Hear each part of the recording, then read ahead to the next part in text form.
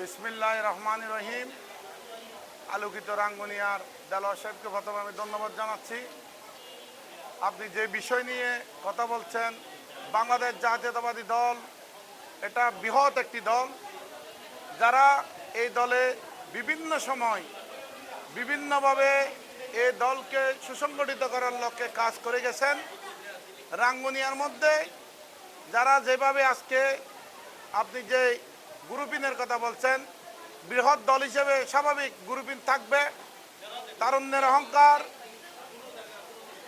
আগামী দেশনায়ক জনাব তারেক রহমানের নেতৃত্বে রাঙ্গুনিয়াতে যাকে যেভাবে নমিনেশন দিবে, যদি নমিনেশনের বাইরে একটা লোকও কোনো কথাবার্তা বলবে না।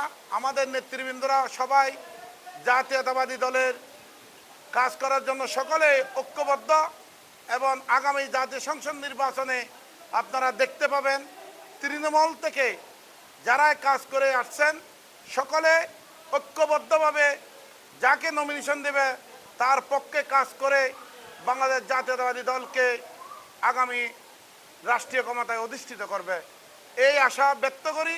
এবং আমার মনে হয় সকলে এই সিদ্ধান্তে উপনীত আছেন ইনশাআল্লাহ।